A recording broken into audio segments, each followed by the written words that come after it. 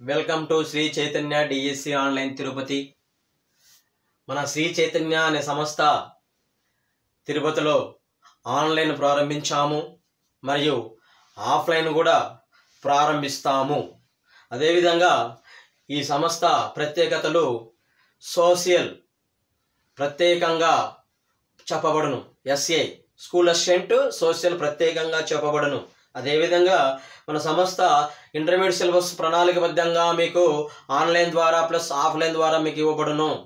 అదేవిధంగా మన విశేషాలు ఏంటంటే ప్రతి చాప్టర్ను డిజిటల్ బోర్డు పైన అమర్చి ప్రాజెక్ట్ వర్క్ చేయబడనమ్మా. ప్రతి చాప్టరు అది 10th క్లాస్ లోపల కావచ్చు లేదా ఇంటర్మీడియట్ సిలబస్ కావచ్చు, ఏదైనా కానీ చాప్టర్ అయిపోయిన తర్వాత లాస్ట్ బిడ్ బ్యాంకు టెక్స్ట్ బుక్లో ఉన్న బిడ్ బ్యాంకును డిజిటల్ బోర్డు పైన అమర్చి ప్లస్ అదే చాప్టర్ను మీరు గమనించండి, ఆలోచించండి, ప్రతిస్పందించండి అనే అంశాలు అక్కడక్కడ టెక్స్ట్ బుక్లు రాయబడినది బాక్సుల రూపంలో వాటిని వివరణం మొత్తం మనకు ఈ ముందుకు తీసుకొస్తున్నాం. అదేవిధంగా ఈరోజు మనము 8వ తరగతిలో ఉన్న భూమి, నేల, నీరు, వృక్ష సంపద, వన్యప్రాణులు అనే చాప్టర్ను మీ ముందుకు తీసుకొస్తున్నానమ్మా. ఓకే, మన సంస్థ పేరేంటి? శ్రీ చైతన్య డిఎస్సి తిరుపతి. అదేవిధంగా మనకు ఈరోజు 8వ తరగతిలో ఉన్న పాఠ్యాంశాన్ని డిస్కషన్ చేస్తున్నాం. ఏంటి? భూమి, నేల, నీరు, వృక్ష సంపద. ఓకేమా? భూమి, నేల, నీరు, వృక్ష సంపద, వృక్ష సంపద, వృక్ష సంపద మరియు వన్య ప్రాణులు, వన్య ప్రాణులు. ఇది మనకు 8వ తరగతిలో ఉన్న పాఠ్యాంశం అమ్మ. ఏ తరగతిలో? 8వ తరగతిలో ఉన్న పాఠ్యాంశం, 8th క్లాస్. ఓకే, ఏ తరగతి ఇందులో మిక్స్ కాదు, ఒక 8వ తరగతి మాత్రమే మనకు మీ ముందుకు వచ్చింది.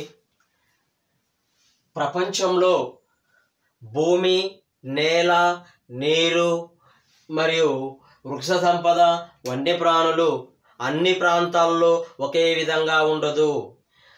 ఈ భూమిపైన ఇవన్నీ మార్పులు తీసుకొస్తాయి. ఓకే, ఇవన్నీ కొన్ని చోట్ల ఉంటాయి, కొన్ని చోట్ల తక్కువగా ఉంటాయి, కొన్ని చోట్ల ఎక్కువగా ఉంటాయి.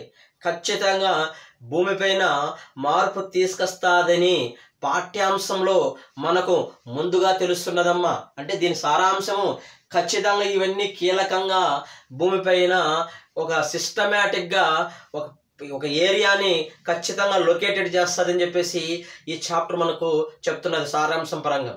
అదేవిధంగా భూమి ప్రపంచంలో ఎలా ఉన్నది, ఆ భూమిపైన నేల ఎలా ఉన్నది, ఆ నేలలో నీరు ఎలా ఉన్నది, ఆ నీటి పరిసర ప్రాంతాలలో వృక్ష సంపద ఎలా ఉన్నది, ఆ వృక్ష సంపద ప్రాంతాలలో వన్యప్రాణులు ఎలా ఉన్నది అని చెప్పేసి పాఠ్యాంశాన్ని మనం ముందుకు తీసుకొస్తున్నాము.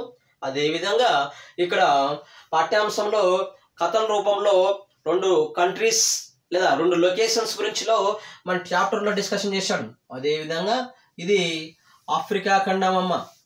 ఏంటన్నా? ఆఫ్రికా ఖండం. అదేవిధంగా ఇటు తూర్పున ఆస్ట్రేలియా ఖండం ఉంది. ఓకే, ఆస్ట్రేలియా ఖండంలో తూర్పు భాగంలో ఒక దేశం ఉంది. ఏంటి ఆ దేశము? న్యూజిలాండ్. అంటే న్యూజిలాండ్ అనే ప్రదేశాన్ని, ఆఫ్రికాలో టాంజానియా అనే ప్రదేశాన్ని చాప్టర్లో రచయిత పరిశీలన చేశాడు.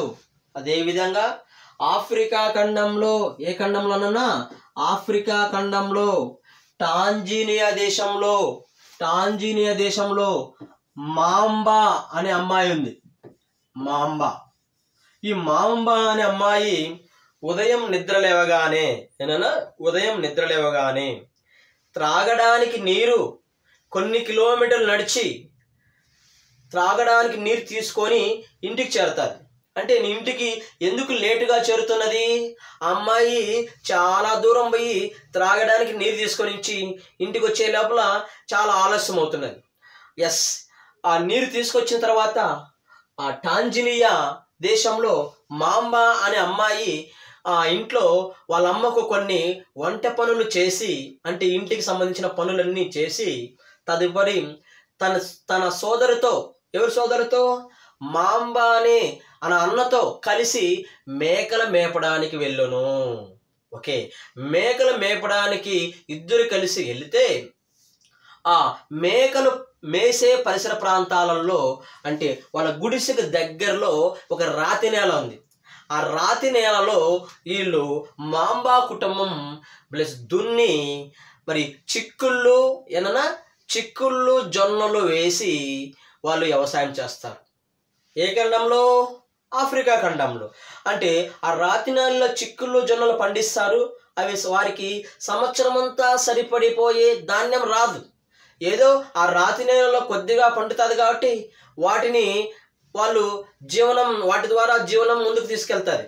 అదేవిధంగా నెక్స్ట్ ఆస్ట్రేలియా ఖండంలో న్యూజిలాండ్ దేశంలో పీటర్ అనే అబ్బాయి ఉన్నాడు. ఏంటి? పీటర్. ఈ పీటర్ అనే అబ్బాయి ఉదయం నిద్ర లేవగానే స్కూల్కి వెళ్ళును. ఉదయం నిద్ర లేవగానే స్కూల్కి వెళ్ళును. స్కూల్కి నుంచి ఇంటికి వచ్చిన తర్వాత అతని బాబాయి గొర్రెలు మేపుతూ ఉంటాడు. గొర్రెలను మేపడాన్ని పరిశీలించి ఈ పీటర్ కుటుంబానికి ఊలు పరిశ్రమ ఉంది. ఊలు అంటే ఉన్ని పరిశ్రమ. ఆ ఉన్ని పరిశ్రమను పరిశీలన చేసేవాడు బాబాయి గొర్రెలు మేపుతూ ఉంటే పరిశీలించేవాడు, ప్లస్ స్కూల్కి వెళ్ళేవాడు. అదేవిధంగా ఆ గొర్రెలు మేసే ప్రదేశంలో పచ్చిక మైదానం ఉండేది. ఏ కుటుంబానికి? పీటర్ కుటుంబానికి. ఆ గొర్రెలు మేసే ప్రాంతంలో ఆ పచ్చిక మైదానంలో అక్కడ సేంద్రియ ఎరువులు వాడి కూరగాయలు పండించేవాళ్ళు. ఎవరు? పీటర్ కుటుంబం. అంటే ఇతను ఆర్థికంగా ముందుకెళ్తున్నాడు, ఏమో ఆర్థికంగా వెనుకబడి ఉంది. 2 నేలలే, కానీ ఈ 2 నేలలు న్యూజిలాండ్లో ఒక నేల ప్లస్ ఆఫ్రికా ఖండంలో ఒక నేల. ఈ నేలలు నీరు, వృక్ష సంపద, వన్యప్రాణులు ఖచ్చితంగా వీళ్ళ జీవితంలో ఖచ్చితంగా కొందరిని వెనుక నెట్టేస్తున్నాయి, కొందరిని ముందుకు తీసుకెళ్తున్నాయి. ఈ విధంగా ఉంటే ప్రపంచంలో ముందుకు వెళ్ళడానికి కొన్ని ప్రాంతం వాసులు చాలా వెనుకబడి ఉంటారు అని చెప్పేసి ఈ పాఠ్యాంశము మనకు సారాంశం రూపంలో తెలియచేస్తున్నది. ఈ 2 ప్రాంతాల మధ్య భూమి, నేల, నీరు, వృక్ష సంపద, వన్యప్రాణులు తేడాలు గమనించండి అని పాఠ్యాంశంలో రాయబడినది. ఒక్కసారి అండి, ఇతను ఇక్కడ మాంబా, అక్కడ పీటర్. వీళ్ళిద్దరిలో ఎవరు బాగా చదువుకోవడానికి అవకాశం ఉంది? పీటర్కి బాగా అవకాశం ఉంది, ప్లస్ పరిశీలన చేయడానికి అవకాశం ఉంది, ముందుకెళ్ళడానికి అవకాశం ఉంది, ఆర్థికంగా ముందుకెళ్ళడానికి అవకాశం ఉంది. కారణం ఏంటి? భూమి, నేల, నీరు, వృక్ష సంపద, వన్యప్రాణులు. వాళ్ళు మాత్రము సేంద్రియ ఎరువులు వాడి, ఎవరు?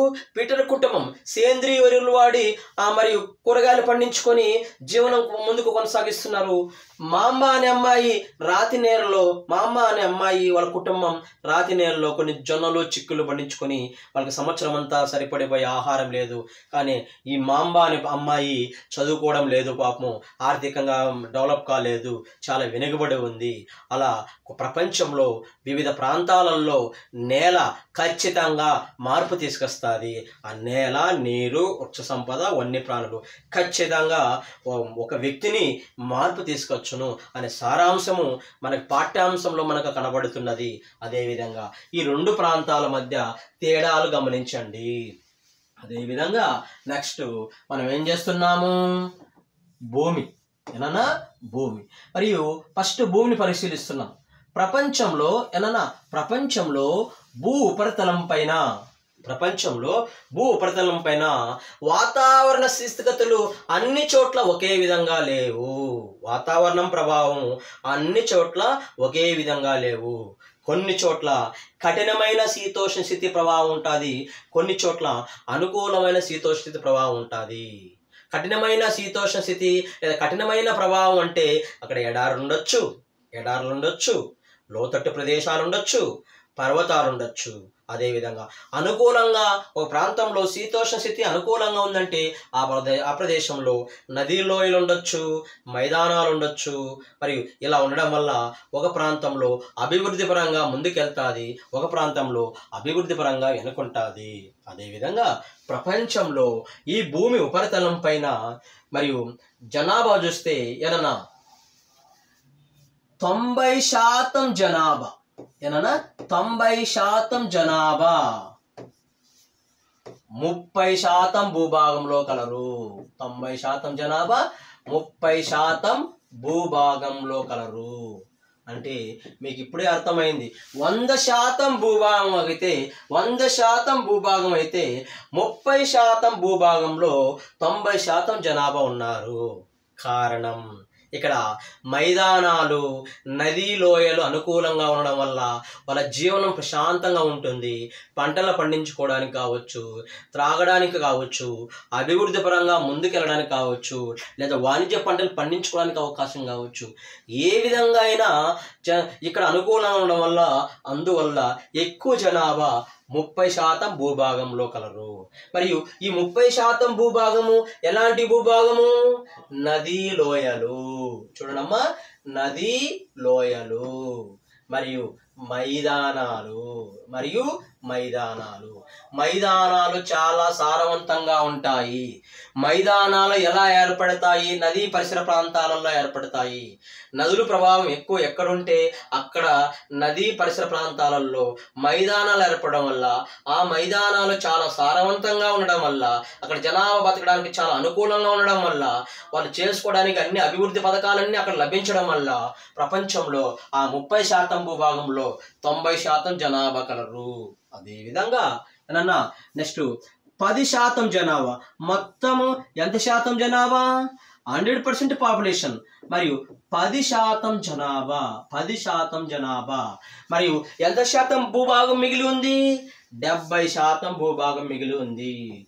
70% భూభాగం మిగిలి ఉంది. ఈ 70% భూభాగంలో 10% మాత్రమే జనాభా ఉన్నారు. ఎందుకు ఇంత శాతం అంటే దరిదాపులన్నా 70%. ఏంటి 70% ఉంటే జనాభా మాత్రం ఎంత ఉంది? 10% మాత్రమే జనాభా ఉంది. 10% మాత్రమే జనాభా ఉంది. ప్లస్ ఇక్కడ భూభాగం ఎంత ఉంది? 70% ఉంది. ఎందుకు? ఇక్కడ జీవనం అనుకూలంగా లేదు. అందువల్ల 10% జనాభా 70% భూభాగంలో కలరు. ఆ 10% జనాభా 70% భూభాగంలో ఉండడానికి ప్రధాన కారణాలు తీసుకుంటే అక్కడ ఎడారులు ఉండొచ్చు, లేదా లోతట్టు ప్రదేశాలు ఉండొచ్చు. లోతు ప్రదేశాలు లేదా పర్వత ప్రదేశాలు. ఆ పర్వత ప్రదేశాలు, లోతట్టు ప్రదేశాలు, ఎడారులు ఉండడం వల్ల ఈ 70% భూభాగంలో 10% మాత్రమే జనాభా ఉన్నారు. అదేవిధంగా ఈ భూమిని ఏ విధంగా వినియోగిస్తున్నాము? ఒకసారి భూమిని ఏ విధంగా వినియోగిస్తున్నాము మీకు తెలిసిన విషయం. భూమిని ఏ విధంగా వినియోగిస్తున్నాము? వ్యవసాయం చేసుకుంటున్నామా లేదా అంటే వ్యవసాయం అనుకూలంగా ఉండను. భూమి ఉపయోగం వ్యవసాయం అనుకూలంగా ఉండను. రోడ్లు అనుకూలము. భూమి వినియోగం క్రింది వానిలో ఏంది అంటాడు. మరి భూమి వినియోగం క్రింది వానిలో ఏంటి? వ్యవసాయం అనుకూలంగా ఉంటుంది, రోడ్లు అనుకూలంగా ఉంటుంది, ప్లస్ పరిశ్రమలు అనుకూలంగా ఉంటాయి. పరిశ్రమలు నిర్మించడానికి అనుకూలంగా ఉంటుంది భూమి. ఆ భూమిని వినియోగిస్తున్నాము. ప్లస్ ఖనిజాలు త్రవ్వకాల వలన మరియు వినియోగము అంటే భూమి లోపల నుంచి ఖనిజాలు వెలికి తీస్తే ఆ ప్రదేశం అభివృద్ధి చేయడానికి అనుకూలంగా ఉంటుంది. ప్లస్ అదేవిధంగా ఆ ఖనిజాలు వెలికి తీసిన తర్వాత అదే ఖనిజాల నుంచి పరిశ్రమను ఏర్పాటు చేసి వస్తువు తయారు చేయొచ్చు. అదేవిధంగా ఆ పరిశ్రమలకు వెళ్ళాలంటే రహదారులు నిర్మించుకోవడానికి అవకాశం ఉంది. అదేవిధంగా ఆ పరిశ్రమలు ఇంకా ముందుకు వెళ్ళాలంటే ఖచ్చితంగా ఏంటి, వ్యవసాయం. అంటే పరిశ్రమలు రకాలు ఉంటాయి. అలా వ్యవసాయం అనుకూలంగా ఉన్నది, రోడ్లు అనుకూలంగా ఉన్నది, పరిశ్రమలు అనుకూలంగా ఉన్నాయి, ఖనిజాలు అనుకూలంగా ఉన్నాయి. దేని ద్వారా? భూమి ద్వారా. మరియు భూమి వినియోగంలో పాత్ర వహించేటివి ఏంటివి? భూమిని వినియోగిస్తున్నాం అంటే ఈ భూమి వినియోగించడంలో కొన్ని పాత్రలు. ఇప్పుడు మన కుటుంబం ఉంది. మన కుటుంబం, మనము కావచ్చు, మన చెల్లి కావచ్చు, మన అన్న కావచ్చు, మనం అందరము అంటే ఈ కుటుంబం అంతా పైకి ఎదగాలన్నా, అభివృద్ధి చేయాలన్నా ఇంట్లో పాత్ర వహించేది ఎవరు? తండ్రి, తల్లి. ఏంటన్నా, తల్లి, తండ్రి వీళ్ళిద్దరూ పాత్ర వహిస్తారు. అలా పాత్ర వహించే వాళ్ళు ఉంటారు, కీలక పాత్ర వహించే వాళ్ళు అనుకుంటారు. అలా భూమి వినియోగించడంలో పాత్ర వహించేది క్రింది వారిలో ఎవరు? ఈ భూమి వినియోగించడంలో పాత్ర వహించేది క్రింది వారిలో ఎవరు? ఎగ్జాంపుల్ ఫస్ట్ ఏం చేస్తాము? ఓకే, నెక్స్ట్ తదుపరి ఇది ఎర్త్. దేని గురించి మాట్లాడుతున్నాం? మనము భూమి గురించి మాట్లాడుతున్నాం. మరియు ఈ భూమి వినియోగం గురించి మాట్లాడుతున్నాం. ఈ భూమి వినియోగంలో పాత్ర వహించేది ఎవరు? ఓకే, ఒక పరిసర ప్రాంతాలకు వెళ్తాం మనం. ఒక పరిసర ప్రాంతాలకు వెళ్తే ఆ పాత్రను చూస్తున్నాం. ఓకే, ఒక పరిసర ప్రాంతాలకు వెళ్ళాం. ఫస్ట్ ఏం చేస్తాము? స్థలం చూస్తాం. స్థలాకృతి. ఏంటన్నా, స్థలాకృతి అంటే ఈ స్థలం హెచ్చు తగ్గులు ఉందా, ఎత్తుగా ఉందా, లేదా దిగుగా ఉందా, లేదా అప్ అండ్ డౌన్స్ ఉందా అని చెప్పేసి మొట్టమొదటిసారిగా ఒక పరిసర ప్రాంతాలకు వెళ్తే స్థలాకృతిని చూస్తాం. అంటే ఇది వివిధ రూపాలలో ఉందా, లేదా గుట్టలుగా ఉందా, లేదా కొండలుగా ఉందా, లేదా మైదానాలుగా ఉందా, లేదా ఎడారులుగా ఉందా, లేదా పీఠభూములుగా ఉందా పరిశీలన చేస్తామా, చేయమా? దానినే స్థలాకృతి అంటాం. భూమి వినియోగించడంలో పాత్ర వహించేది క్రింది వానిలో ఎవరు? స్థలాకృతి చూసిన తర్వాత ఓకే, వెరీ నైస్, ఇది పల్లపుగా ఉంది, సమతలంగా ఉంది అని చేస్తాం. వెంటనే ఇలా వంగి ఏం చేస్తాము? ఈ నేల సారవంతంగా ఉందా లేదా చూస్తాము.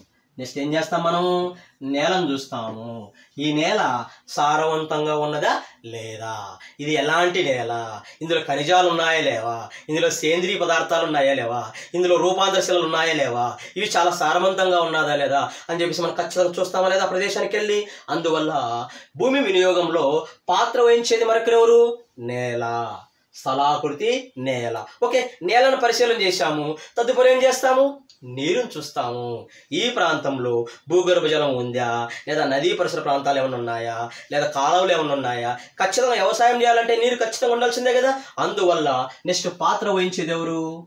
నీరు. ఏనా, నీరు. ఇదంతా వినియోగంలో పాత్ర వహించేవాళ్ళు. భూమి వినియోగంలో పాత్ర వహించేవారు. స్థలాకృతి, నేల, నీరు. అదేవిధంగా నేల, నీరు తర్వాత తదుపరి ఇవన్నీ ఉన్నాయి. తదుపరి ఏం చూస్తాం మనము?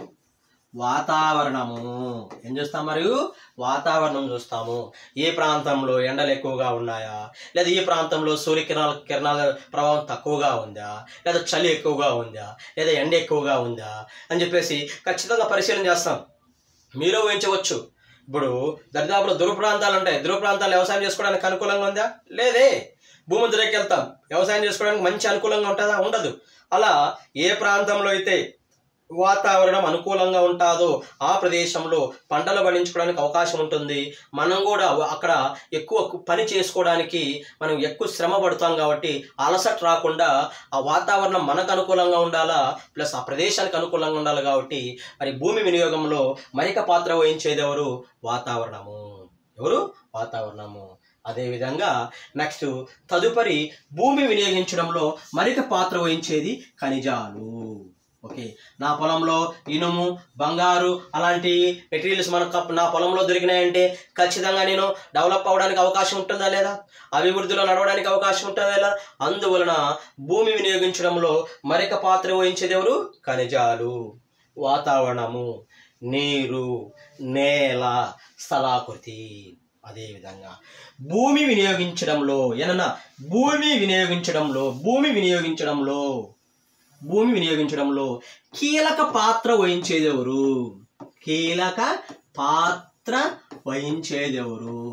ఎవరు? ఓకే, ఇవన్నీ చేస్తున్నాము, ఇవన్నీ చేయాలంటే ఖచ్చితంగా కీలక పాత్ర వహించేది ఎవరు? చెప్పండి, మీకు తెలుసు. ఎవరు? జనాభా. కీలక పాత్ర వహించేది ఎవరు? జనాభా. ఏనన్నా ఇవన్నీ ఉండి మనిషి లేకపోతే మనం చేయగలుగుతామా? లేదు. అందువల్ల భూమి వినియోగించడంలో కీలక పాత్ర వహించేది జనాభా మరియు సాంకేతిక. జనాభా మరియు సాంకేతిక. టెక్నాలజీ ఉంటేనే కదా టెక్నాలజీని తయారు చేసేవారు మనిషి లేకపోతే ఖచ్చితంగా ఇవన్నీ చేస్తామా? మనం ఇవన్నీ పరిశీలన చేస్తామా? స్థలాకృతి ఎలా ఉంది, నేల ఎలా ఉంది, నీరు ఎలా ఉంది, వాతావరణం ఎలా ఉంది, ఖనిజాలు ఎలా ఉంది అని చెప్పేసి మనము చూడడానికి అవకాశం ఉండదు. ఖచ్చితంగా మనం అనేది ఉండాలా. ఆ మనిషి టెక్నాలజీని కూడా తయారు చేస్తాడు. అందువల్ల భూమి వినియోగించడంలో కీలక పాత్ర వహించేది సాంకేతిక మరియు జనాభా. ఈ భూమి రెండు రకాలుగా ఉండును. అదేవిధంగా గ్రామాలలో ఉండును, పట్టణాలలో ఉండును. ఏది? భూమి. మరియు ఇక్కడ ఎగ్జాంపుల్ ఏం చేస్తున్నాం? భూమి వినియోగించడంలో క్రింది వానిలో పాత్ర వహించేది ఎవరు? స్థలాకృతి, నేల, నీరు, వాతావరణం, ఖనిజాలు. భూమి వినియోగించడంలో కీలక పాత్ర వహించేది ఎవరు? జనాభా, సాంకేతిక. టెక్నాలజీ ప్లస్ పాపులేషన్ ఇద్దరు కలిస్తేనే ఇవన్నీ భూమిని మనం పాత్ర వహించడానికి అవకాశం ఉంది. అదేవిధంగా నెక్స్ట్ తదుపరి ఈ భూమి రెండు రకాలుగా ఉండును. ఒకటి యజమాన్య ఆధారంగా భూమి రెండు రకాలు ఉంటుంది. ఒకటి ప్రభుత్వ భూమి. దేనిని ఆధారంగా విభజన చేశాను నేను? యజమాని ఆధారంగా భూమిని రెండు రకాలుగా డివైడ్ చేశాను. ఒకటి ప్రభుత్వ భూమి, మరియు ఈ ప్రభుత్వ భూమి రెండోది ఏంటి? ప్రైవేట్ భూమి. మరియు ప్రభుత్వ భూమి, ప్రైవేట్ భూమి. ప్రభుత్వ భూమి అందరి అవసరాలు తీర్చే ఉమ్మడి వనరు. ఉమ్మడి భూమి అంటే మన అవసరాలు, మన గ్రామంలో అందరి అవసరాలు తీరుస్తాయి. ఎలా అవసరాలు చేస్తాయి? పశువులు మేపుకోవచ్చా లేదా ప్రభుత్వ భూములోకి ఇచ్చి? అవునా కదా, ఎవరు అడ్డగించరు. మరియు ప్రభుత్వ భూములోకి వెళ్ళేసి పశువులు మేపుకోవచ్చు. ఆ ప్రభుత్వ భూముల్లో పండ్ల చెట్లు ఉంటే ఆ పండ్లను సేకరించుకోవచ్చు. అదే ప్రభుత్వ భూములో ఏమైనా ఇత్తనాలు ఉంటే ఇత్తనాలు కూడా సేకరించుకోవచ్చు. అదే ప్రభుత్వ భూములో ఔషధ మొక్కలు ఉంటే ఔషధ మొక్కలను కూడా మనం సేకరించవచ్చు. ఎక్కడ? ప్రభుత్వ భూములు. అంటే ప్రభుత్వ భూములో పండ్లను సేకరించవచ్చు. పండ్లను సేకరించవచ్చు, విత్తనాలను సేకరించవచ్చు, పశువులను మేపుకోవచ్చు. జనరల్గా మరియు మాకు పొలం లేదు, మాకు ఆవులు ఉన్నాయి, ఖచ్చితంగా నేను పొలం లేనప్పుడు ఏం చేయాలా? ఏదో ప్రభుత్వ భూములు ఉంటాయి, అక్కడికి వెళ్ళేసి మనం పశువులు మేపుకోవాలా, పండ్లను సేకరించుకోవచ్చు, విత్తనాలను సేకరించుకోవచ్చు. అదే ప్రభుత్వ భూములో ఔషధ మొక్కలు ఉంటాయి మరియు ఔషధ మొక్కలు. మీరు ఔషధ మొక్కల గురించి మీకు 7th క్లాస్లో చెప్పాను, 9th క్లాస్లో చెప్పాను. తులసి అన్నాను, వేప అన్నాను, జామున్ అన్నాను, అర్జున అన్నాను, కచ్చనార్ అన్నాను. ఇలా రకరకాల ఔషధ మొక్కలు ఉంటాయి కదా. ఆ ఔషధ మొక్కలకు మనకు అవసరమైతే వినియోగించుకోవచ్చు. ఎగ్జాంపుల్, మనకు 8వ తరగతిలో ఒక ఔషధ మొక్క రాశాడు, దాని పేరు బ్రహ్మకమలం. బ్రహ్మకమలం. మరియు ఈ బ్రహ్మకమలం అనేది ఒక ఔషధ మొక్క. ఈ విధంగా ఎప్పుడైతే అందరి అవసరాలు తీర్చడం వల్ల ప్రభుత్వ భూమి ఉమ్మడి వనరు. క్వశ్చన్ ఏ విధంగా ఫ్రేమ్ చేస్తాడు? క్రింది వానిలో ఉమ్మడి వనరు ఏది? ఎగ్జాంపుల్, ప్రభుత్వ భూమ్యా, ప్రైవేట్ భూమ్యా, లేదా ప్రభుత్వము మరియు ప్రైవేట్ భూమ్యా, లేదా డి వచ్చేసి ఇవన్నీ అంటాడు. మరి ఏది ప్రభుత్వ భూమి మాత్రమే ప్రజలందరి ఉమ్మడి అవసరాలు తీర్చేది. అదేవిధంగా మరియు నెంబర్ 2 ఏనన్నా నెంబర్ 1 కంప్లీట్ చేశాము. నెంబర్ 2 ఏంటి? ప్రైవేట్ భూమి. ప్రైవేట్ భూమి ఏం చేస్తుంది?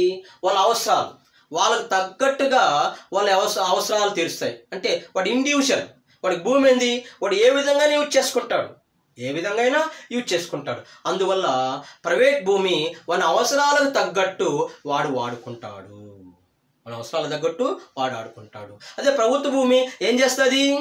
అందరి అవసరాలు తీర్చే ఉమ్మడి వనరు. అదేవిధంగా ఈ ప్రభుత్వ భూమి గ్రామాలలో ఉంటుంది, పట్టణాలలో ఉంటుంది. చూడండి అన్న, ఈ ప్రభుత్వ భూమి మళ్ళీ ఏం చేస్తున్నా నేను, గ్రామాలలో ఉంటుంది, పట్టణాలలో ఉంటుంది. గ్రామాలలో ఏనన్నా గ్రామాలలో ఏం చేస్తుంది?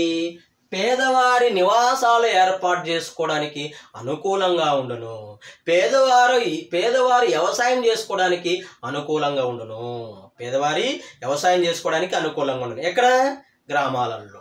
అదేవిధంగా పట్టణాలలో ఏనన్నా పట్టణం, ఈ పట్టణాలలో పరిశ్రమలు ఏర్పాటు చేసుకోవడానికి అనుకూలంగా ఉండును, నివాసాలు ఏర్పాటు చేసుకోవడానికి అనుకూలంగా ఉండును.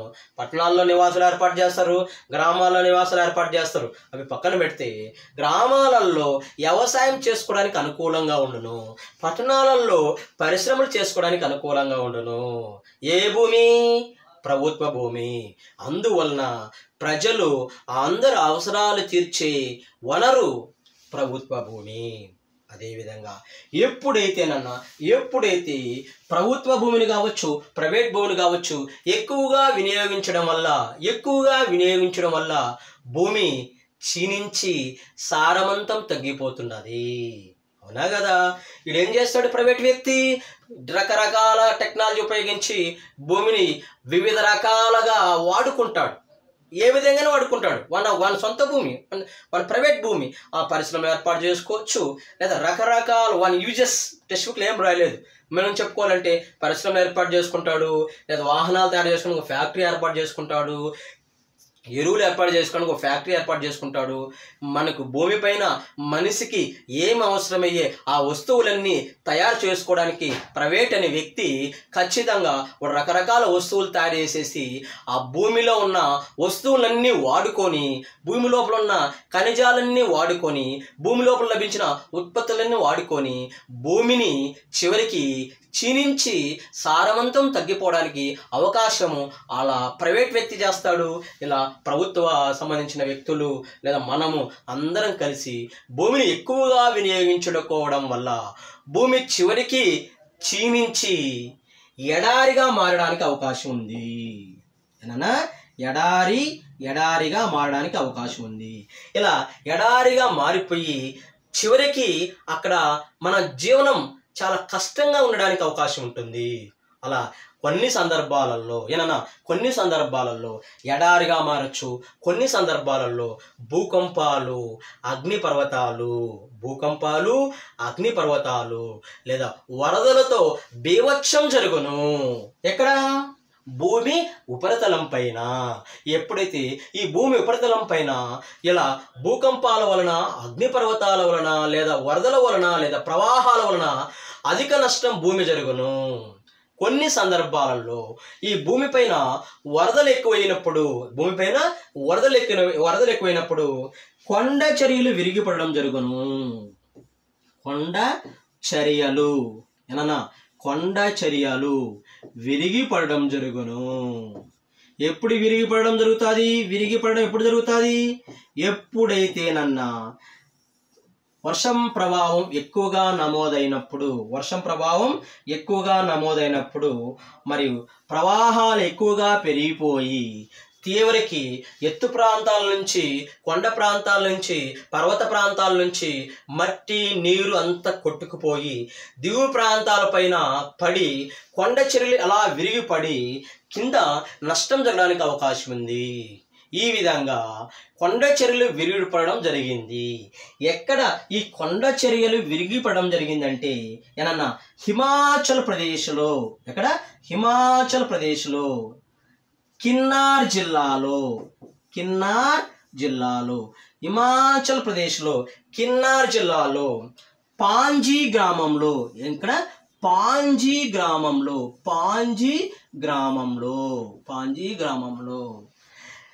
22వ నేషనల్ హైవే NH22 22వ జాతీయ రహదారి ఈ రహదారి ఎక్కడికి వెళ్తుందంట? పాత హిందుస్థాన్ నుంచి టిబెట్కి వెళ్ళే దారి. పాత హిందుస్థాన్ అంటే ఏంది? పూర్వం పాకిస్తాన్, భారతదేశం, బంగ్లాదేశ్ మొత్తం సముదాయాన్ని పాత హిందుస్థాన్ అంటారు. ఆ పాత హిందుస్థాన్ నుంచి టిబెట్కి వెళ్ళే రహదారి. ఇలా మ్యాప్ను చూస్తే మనము ఎగ్జాంపుల్ ఇది భారతదేశం. ఈ భారతదేశంలో పాత హిందుస్థాన్ నుంచి టిబెట్కి వెళ్ళే రహదారి 22వ రహదారిని కొండ చర్యలు విరిగిపడి ఏ రాష్ట్రంలో? హిమాచల్ ప్రదేశ్ రాష్ట్రంలో కిర్నార్ జిల్లాలో పాంజీ గ్రామంలో నేషనల్ హైవే 22వ జాతీయ రహదారి పాత హిందుస్థాన్ టు టిబెట్కి వెళ్ళే రహదారి 200 మీటర్ల మేరకు 200 మీటర్ల మేర వరకు రహదారి పైన కొండ చర్యలు విరిగిపడడం జరిగింది. ఇలా ఈ ప్రదేశంలో ఎప్పుడైతే కొండ చర్యలు విరిగిపడడం జరగడం వల్ల ఆ ప్రదేశంలో ఉన్న గ్రామాలకు ఎలాంటి సౌకర్యాలు అందలేదు. మరియు ఆ కొండ పరిసర ప్రాంతాలలో తీవ్ర నష్టం జరిగింది. ఆ గ్రామాలు ఉన్న ప్రదేశాలలో తీవ్ర నష్టం జరిగింది. ఈ విధంగా భూమిని ఏ విధంగా అయితే మనం డిఫరెంట్గా భూమిని ఇబ్బంది పెట్టి ఈ భూమిని వినియోగించుకున్నాం అనుకో, మనకు కలిగే నష్టాలు ఈ పాఠ్యాంశంలో రచయిత మన ముందుకు తీసుకొచ్చాడు. ఈ విధంగా జరిగింది. అందువలన ఈ కొండ చర్యలు ఎక్కడైతే విరిగిపడతాయో అక్కడ ఏదో విధంగా మనం వాటిని ముందుకు తీసుకొచ్చి ఆ కొండ చర్యలు విరిగిపడిన ప్రదేశాలను ఏదో విధంగా ఉపశమన చర్యలు చేయండి, అంటే తగ్గించండి. తగ్గించేలా ఇప్పుడు ఏం చేస్తున్నాము? ఎక్కడైతే కొండ చర్యలు విరిగిపడుతున్నాయో ఆ పరిసర ప్రాంతాల్లో ఏదో విధంగా ఉపశమన చర్యలు చేయండి, అంటే తగ్గించండి. ఉపశమన చర్యలు అంటే తగ్గించండి. అంటే వెంటనే ఏ విధంగా కొండ చర్యలు ఎక్కడైతే విరిగిపడతా ఉంటాయో ఆ ప్రదేశంలో ఏ విధంగా ఉపశమన చర్య చేయాలా? వెంటనే ఆ ప్రదేశంలో సాంకేతికత ఉపయోగించి, టెక్నాలజీని ఉపయోగించి ముందుగా కొండలు విరిగిపడుతున్న ప్రదేశాలను గుర్తించాలి. ఎక్కడైతే టెక్నాలజీ ఉపయోగించాలా, సాంకేతిక ఉపయోగించి ఆ పరిసర ప్రాంతాలను ముందుగా గుర్తించి మనం కొండ విరుగుతున్న లేదా కొండ ఇరుగుపడి ప్రదేశాలను ముందుగా గుర్తించి ఆ ప్రదేశాలలో ఉన్న గ్రామాలను వెలుపలకు తరలించాలి. మీరు ఈ ప్రదేశంలో ఉండొద్దండి. ఉంటే రేపు రాబోయే రోజుల్లో ఈ కొండ ఇరిగిపోవడానికి అవకాశం ఉంది. మేము టెక్నాలజీ ఉపయోగించి తెలుసుకున్నాము. అందువల్ల మీరు ఇక్కడ ఉంటే రహదారులు ఇబ్బంది పడతాయి, రహదారులకు అడ్డంకులు వస్తాయి, రాళ్ళు అన్నీ వచ్చి పడతాయి. మీ గ్రామాలకు సౌకర్యాలు, మంచినీరు సౌకర్యాలు కావచ్చు, ఆహార సౌకర్యాలు కావచ్చు, ఇవన్నీ ఇబ్బంది పడుతుంది. లేదా మీరే కొండ పరిసర ప్రాంతాలు ఉంటే మీరు చనిపోవడానికి కూడా అవకాశం ఉంటుంది, మీ ఇల్లు దెబ్బతినడానికి కూడా అవకాశం ఉంటుంది. అందువల్ల మీరు ఇతర ప్రాంతాలకు వెళ్ళండి అని చెప్పేసి ముందుగా ప్రభుత్వం వాళ్ళకి తెలియచేయాలి. అంటే మరియు వారిని ఇతర ప్రాంతాలకు తరలించాలి. తరలించి అదేవిధంగా ఎక్కడైతే వాలు పరిసర ప్రాంతాలు ఉంటాయో ఆ వాలు పరిసర ప్రాంతాల్లో ఎక్కడైతే జస్ట్ ఇది మౌంటైన్స్, ఇవి మౌంటైన్స్, ఎక్కడైతే వాలు ఉంటుందో ఆ వాలు పరిసర ప్రాంతాల్లో గోడలు కట్టాలి. కొండలకు అడ్డంగా గోడలు కట్టాలి. ఉపశమన చర్యలు ఎక్కడైతే కొండ చర్యలు విరిగిపడుతున్నాయో ఆ ప్రదేశాల్లో కొండకు దిగువ భాగంలో గోడలు కట్టాలి. అదేవిధంగా ఎక్కడైతే నీరు వస్తుందో, పర్వత ప్రాంతాల నుంచి లేదా కొండ ప్రాంతాల నుంచి నీరు వస్తుందో ఆ ప్రదేశాల్లో అడ్డంగా గోడలు కట్టాలి. అడ్డంగా గోడలు కట్టాలి. అదేవిధంగా కొండ దిగు ప్రాంతంలో చెట్లు నాటాలి. కొండ దిగు ప్రాంతంలో చెట్లు నాటాలి. ఈ విధంగా చెట్లు నాటాలి. ఎప్పుడైతే చెట్లు నాటామనుకో, ఎత్తు ప్రాంతాల నుంచి ఒకవేళ వేగంగా ఏమైనా జరిగినా చెట్లు ఏం చేస్తాయి? అడ్డగిస్తాయి. కొండ దిగు ప్రాంతంలో చెట్లు నాటాలి. నీటి ప్రవాహ ప్రాంతంలో వేగంగా వస్తున్న నీటి ప్రవాహ ప్రాంతంలో నీటికి అడ్డంగా గోడలు కట్టాలి. కొండ దిగు ప్రాంతాల్లో గోడలు కట్టాలి. ఈ విధంగా చేయడం వల్ల కొండ చర్యలు విరిగిపడుతున్న ప్రదేశాల్లో మనం అరికట్టడానికి అవకాశం ఉంది. అదేవిధంగా ఈ భూమి మనం వివిధ రకాలుగా వినియోగించడం వల్ల మన భూమి నష్టపోతున్నది. కాబట్టి ఈ భూమి ఉపరితలం పైన పశువులను తక్కువ మోతాదులో మేపాలి. పశువులను తక్కువ మోతాదులో మేపాలి. ఏం సార్, పశువులకు దానికి ఏం సంబంధం అనే ప్రస్తావన తీసుకోవచ్చు. పశువులు భూమిపైన లేదా కొండలపైన ఉన్న గడ్డిని మొత్తం లాగేస్తాయి. అలా లాగేయడం వల్ల ఆ భూమి లోపల నుంచి గడ్డి వేర్లంతా బయటకు వచ్చేసి గడ్డిని తినేస్తాయి. ఎప్పుడైతే భూమి పట్వత్వం అంటే భూమి గట్టిదనం తగ్గిపోతుంది పశువులు ఎక్కువగా మేపితే. అలా పశువులు తక్కువ మేపండి, తక్కువ మేతాదులో మేపాల. మనం ఏదో విధంగా పొలంలో గడ్డి వేసుకొని మేపుకోవాలా. ఇక్కడ కొండల పరిసర ప్రాంతాల్లో తీసేస్తే ఆ కొండ పరిసర ప్రాంతాల్లో పట్టుత్వం తగ్గిపోతుంది. అందువల్ల ఎప్పుడైతే పట్టుత్వం తగ్గిందో కొండ ప్రాంతం నుంచి వాటర్ వస్తే మట్టిని మొత్తం తీసుకొని వచ్చేసి దిగు ప్రాంతాల్లో చేస్తుంది. కాబట్టి పశువులను తక్కువ మోతాదులో మేపాలి. అదేవిధంగా మరియు రసాయన ఎరువులు తక్కువ వాడాలి. భూమి ఉపరితలం పైన రసాయన ఎరువులు తక్కువ వాడాలి. ఎక్కువ వాడినామనుకో భూమి నుంచి ఎడారిగా మారిపోవడానికి అవకాశం ఉంది. అందువల్ల రసాయన ఎరువులు తక్కువగా వాడాలి. అసలు రసాయన ఎరువులు వాడరాదు. సేంద్రియ ఎరువులు వాడాలి. సేంద్రియ ఎరువులు వాడాలి. చెట్లు పెంపకం చేయాలి. చెట్లు పెంపకం చేస్తే భూమిని గట్టిగా పట్టి ఉంచి భూగర్భ జలాన్ని పెంచడానికి అవకాశం ఉంటుంది. కాబట్టి మరియు క్రమక్షయం తగ్గించడానికి అవకాశం ఉంటుంది. కాబట్టి భూమిని ఈ విధంగా మనము ఉపయోగించుకోవాలి. ఇది భూమి ప్రస్తావన.